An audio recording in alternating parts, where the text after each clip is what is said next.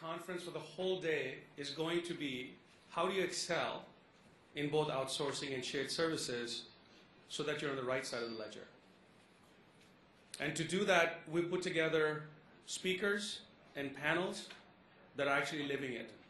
They're either advising companies on how to do it right, or they actually live it. So make sure you're not just listening to the speakers. I hope you're going to be challenging the speakers. At the same time, many of you in this room have, if not more, equal set of experiences in this industry. So don't just be asking questions. I encourage you to offer comments also. Share your experiences. Please do this. Global Services, I think many of you might know, is the leading web location related to outsourcing by a factor of at least 4 or 5. Has been in place for a long period of time. And we have supported this event by providing content, but more importantly, let me take this opportunity to introduce Ed Nair, the editor of Global Services. Welcome, everybody. So over the years, we have seen that underlying these undisturbed value propositions, or drivers as you may call it, there have been very massive shifts.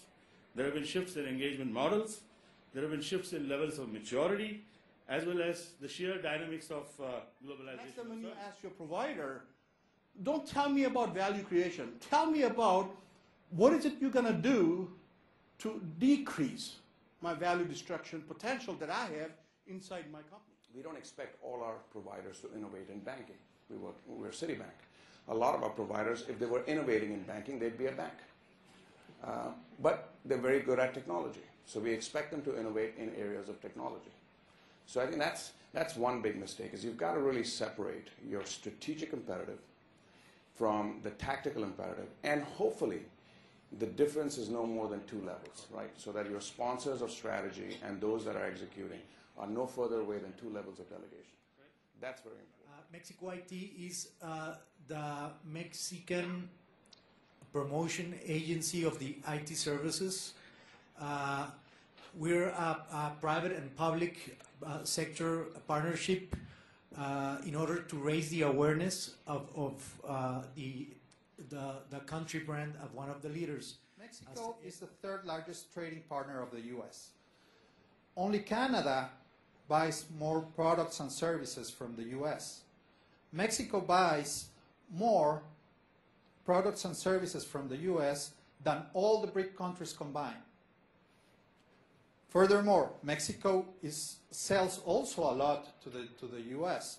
Mexico sells more than Germany, Great Britain, France, Belgium, and the Netherlands combined. Mexico sells more to the U.S. than all those countries combined. Mexico sells more to the U.S. than Japan, South Korea, Hong Kong, and Taiwan combined to the U.S. The transparency of the shared service organizations is important.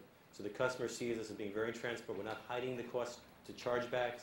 We're transparent to what the requirements are. The second is customer centricity. Being focused on servicing the customer, internal, external, I don't care. But being customer focused is critical to a shared service organization. The vendor engagement. We talked a lot about picking the right vendors, but it's critical that the vendor engagement process is very clear. We know who we deal with, we know who are what we call most critical vendors and who are our critical vendors, and we stick with it. We fight with it. We let people know that the vendor engagement and the best of the breed selection process is owned by us, and we will make sure that the first 2, being transparency and customer centricity, will be met through the vendor selection. Then you become successful, because then it's not going to be a finger-pointing event if you focus on those 3 items. There are probably other items in there, but those are really my top 3. Is definitely key to a successful relationship, especially nowadays with the communication gap that occurs in many relationships and is often the failure of many relationships. You know, I see a big trend, you know, from my clients that want to look at rural sourcing. You know, we've got Monty Hamilton here from rural sourcing, and it's certainly a trend because they want to mitigate that communication gap. Everything that we've talked about today in terms of the increasing need for agility, compression of product cycles, puts more pressure on vendors to innovate and to collaborate with the client. And to me, that's something that requires work from both sides and needs structure and doesn't just happen.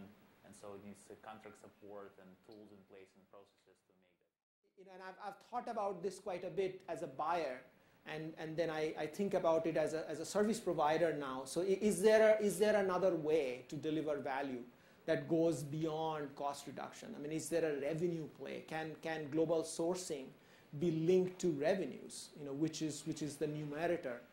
And I think the entire dialogue in the country has been very much cost oriented.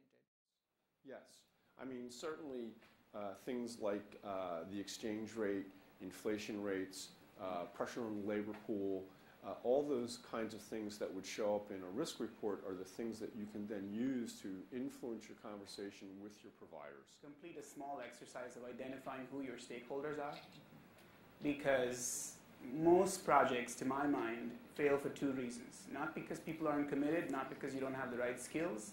It's either because you don't have the right sponsorship at the get-go, or you just haven't identified that person who will throw a spanner in the works when you're 75% of the way done. So unless we have the right structure up front, making sure that we're structuring the deal and the right processes up front, and then the right, based on the level of risk of the project and from an overall vendor perspective and the inherent risk of the work, making sure that we have the monitoring and management, and it goes back to the scoring mechanism and tracking from a metrics perspective.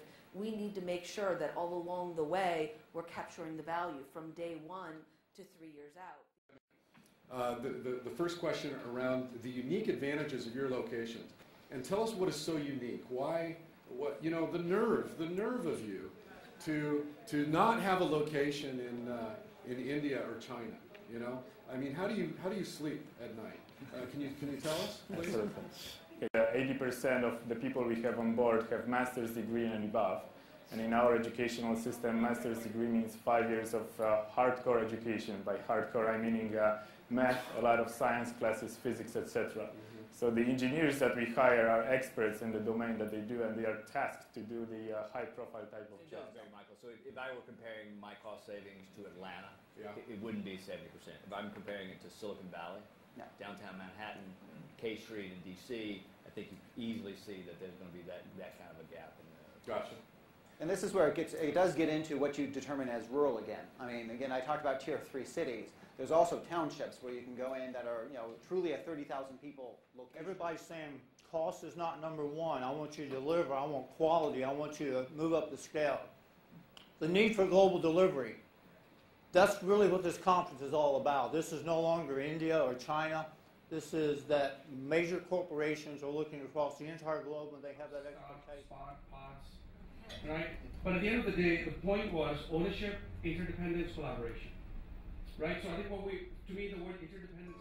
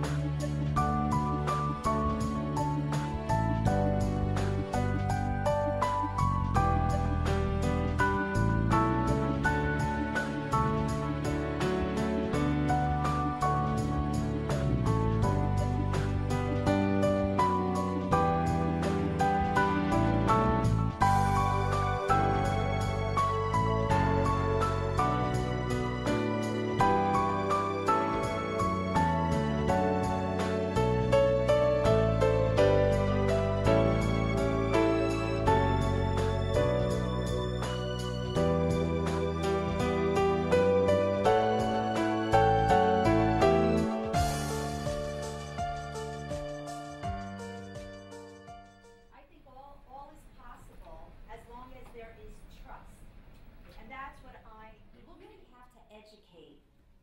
The human resource folks on the outsourcing skills that you want to get from these employees or these the talent that they're bringing in. A lot of times, HR, I say I need an outsourcing, professional, and they do give me people with only procurement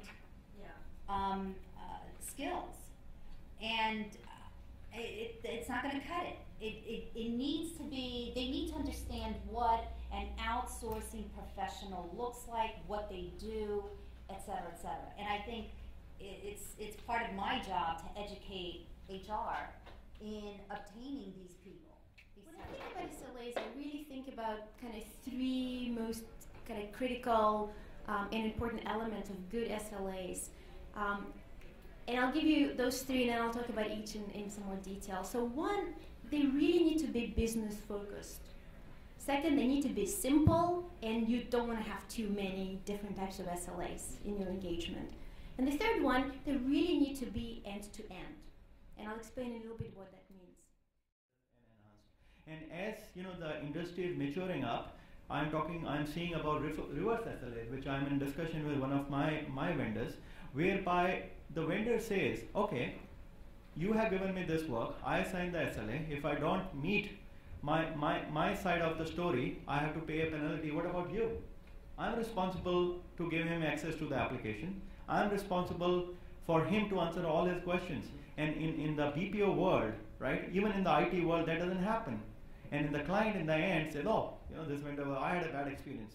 But the bad experience ITO, for example, a lot of it is around technical SLAs, right? So if this thing breaks, right, so you have something very, very specific, uptime and so forth, right? So it's a little bit of a different metric. Once you start bundling it together, you're looking at business outcomes. And the trick is, how do you define mutually agreed business outcomes?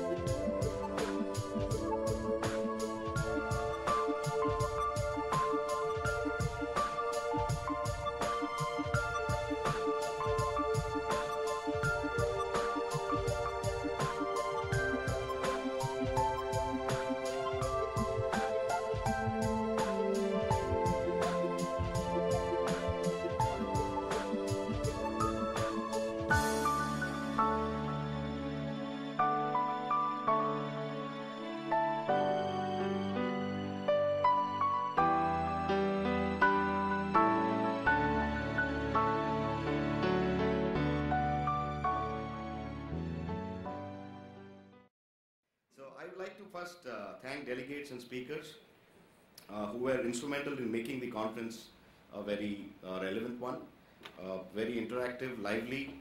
So I thank speakers and delegates. I would like to thank New Group team for helping us put together the content and good speakers that we had today. So a big hand for New Group team. I would like to thank Total Event Solutions, Dawn Walton. You've been familiar with her since morning. She's been assisting you all at the registration desk. And with her, the team that has been always helpful and supportive. We have Scott Frankel from Animatic and his team, KVL team, who has supported us throughout the day for AV support. And back my team in India, who has been an integral part of this conference, who have put together the registration side, to design, to communication, all of those. And on behalf of Global Services and all the participants of this conference, I would like to express my deep gratitude to the sponsors for supporting us.